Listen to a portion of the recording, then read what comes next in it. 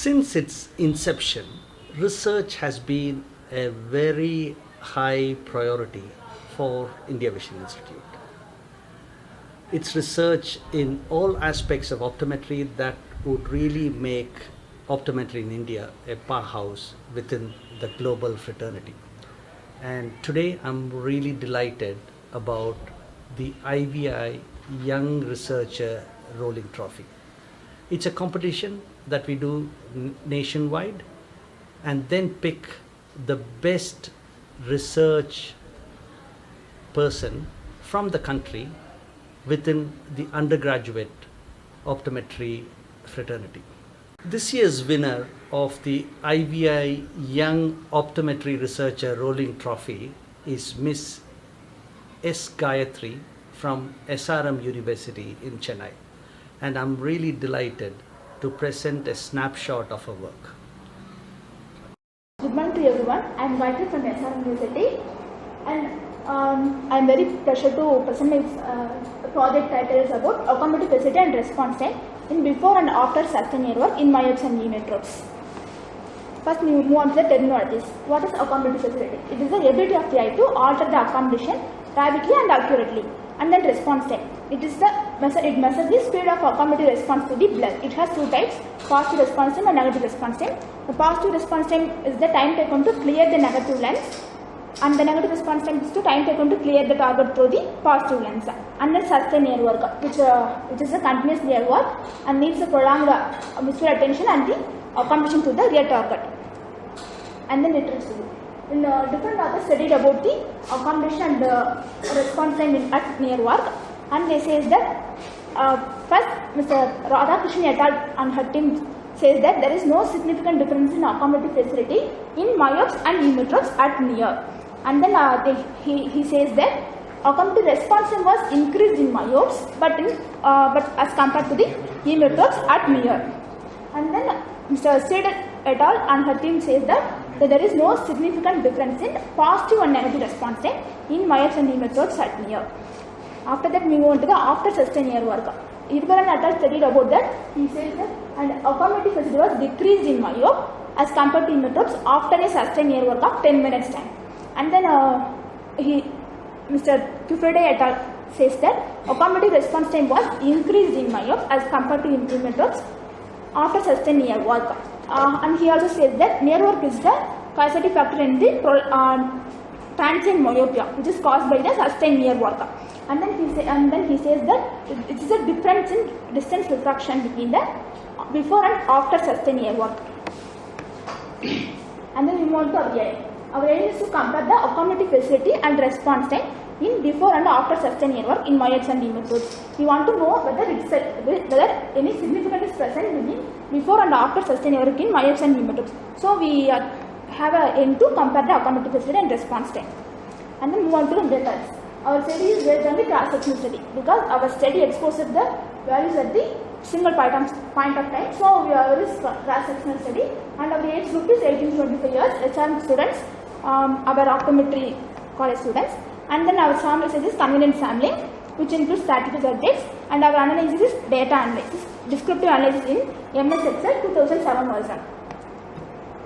And inclusion criteria. We include the myopes with the minus 0.5 diopter to minus 6.5 diopters, and the neometropes less than or equal to plus or minus 0.5 diopters, and astigmatism less than or equal to 1 diopter. Cylindrical power we include in our study.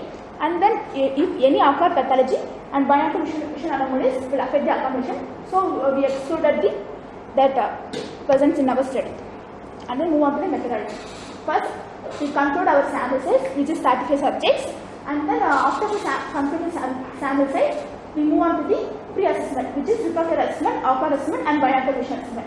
Under refractive assessment, we done objective diffraction, which is done by stat spectroscopy, and then subjective diffraction, it includes geogram and JCC.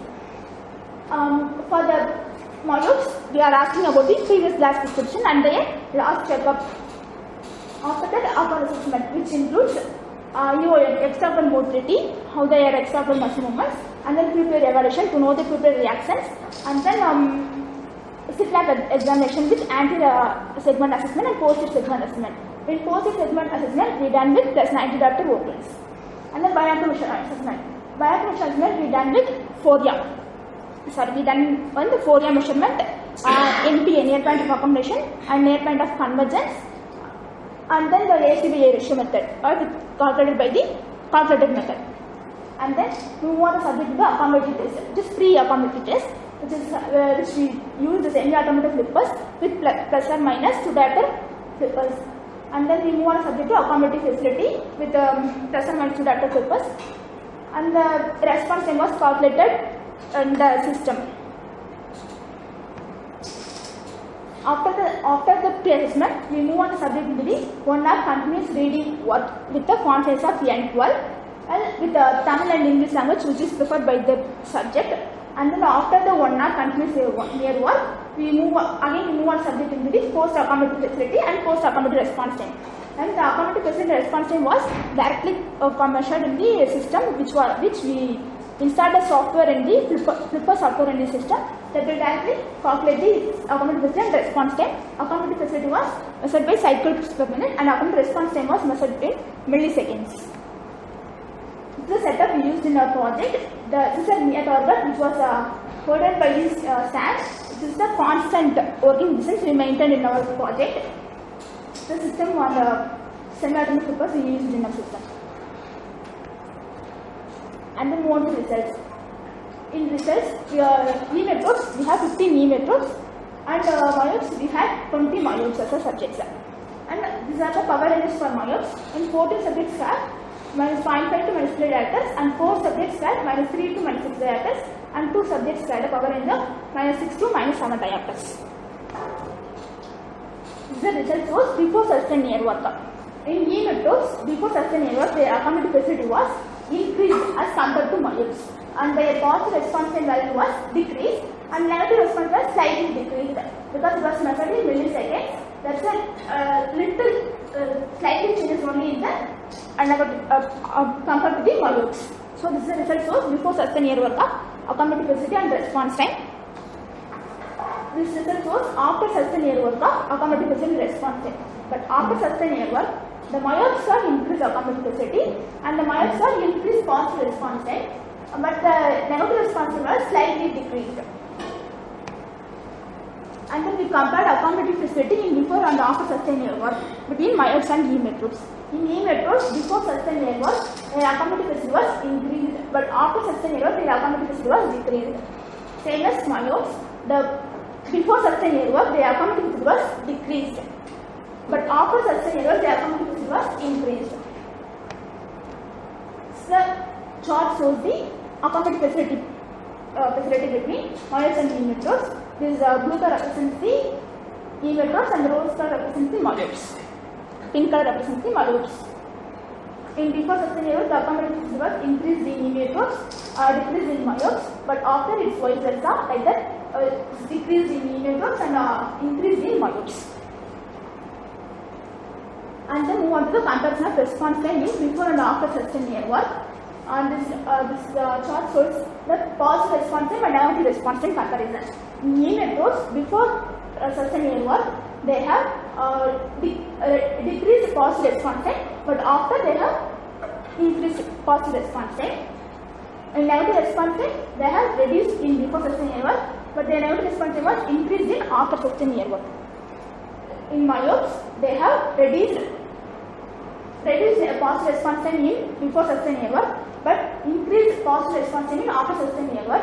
In negative response time, they have increased negative response time values, but after sustained near work, they have reduced negative response time. This is the chart shows the comparison of positive response time in myopes and e-methods before and after sustained near work. In before sustained near work, e-methods have the reduced positive response time, myopes have the increased positive response time. But after sustained near work, again the e-methods only have the reduced positive response time, and the myopes have the increased positive response time. This is the chart shows the negative response time between myopes and e-methods in before and after. In before sustained near work, e-methods have the reduced negative response time, but after sustained near work, their negative response time was slightly increased. And then for myopes, before sustained near work, they have they have increased negative response time, but after sustained error they have reduced negative response time. And then we done a parity test to know the whether the values are significant or not. In before sustained error before and after sustained error, the emitters have the significant difference.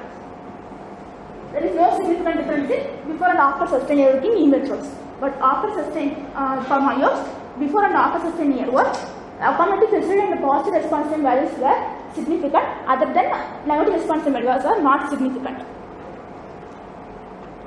And then move on to the discussion. In previous series shows that there is no significant difference in optometric facility, but optometric response time was increased in myopes as compared to emitters in before sustained error. But our current study says that optometric facility was decreased and optometric response time was increased in myopes as compared to emitters. This is after sustained error curve discussion. The previous study shows optometric facility was decreased, but the optometric response time was increased in myopes as compared to emitters. But the current study says optometric facility and optometric response time whereas increased in myopes as compared to emitters. Optometric response time was increased because of there is a sustained error which have mechanical tension in the ciliary muscle, so the optometric response time was increased. And then myopes have a less sensitivity to blur, so that's also one kind of reason to the optometric response time was increased. And then conclusion.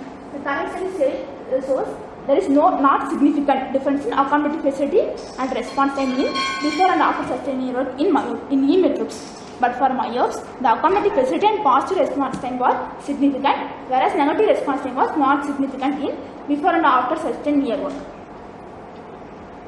And then limitations. They are unable to do the cycloplegic diffraction. That is the one limitation in our study. And then we have a small sample size, and the time constant also there, and the randomized study also the limitation in our study. If we have a chance to continue our project, we will have a sample size with a large population and then with the cycloplegic refraction.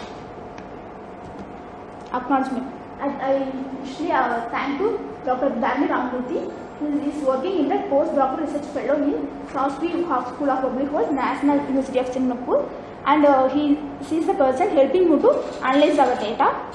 And I usually thank to Dr. Peter Allen, Professor of Optometry and Visual Science, Director of Clinics, Anglia Ruskin University in United Kingdom.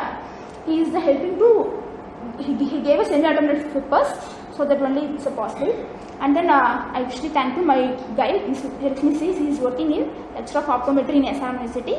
And I also thank to my groupmates, Ms. Abhirami and Mr. Chandeshwar Kamti and Ms. Divyaj.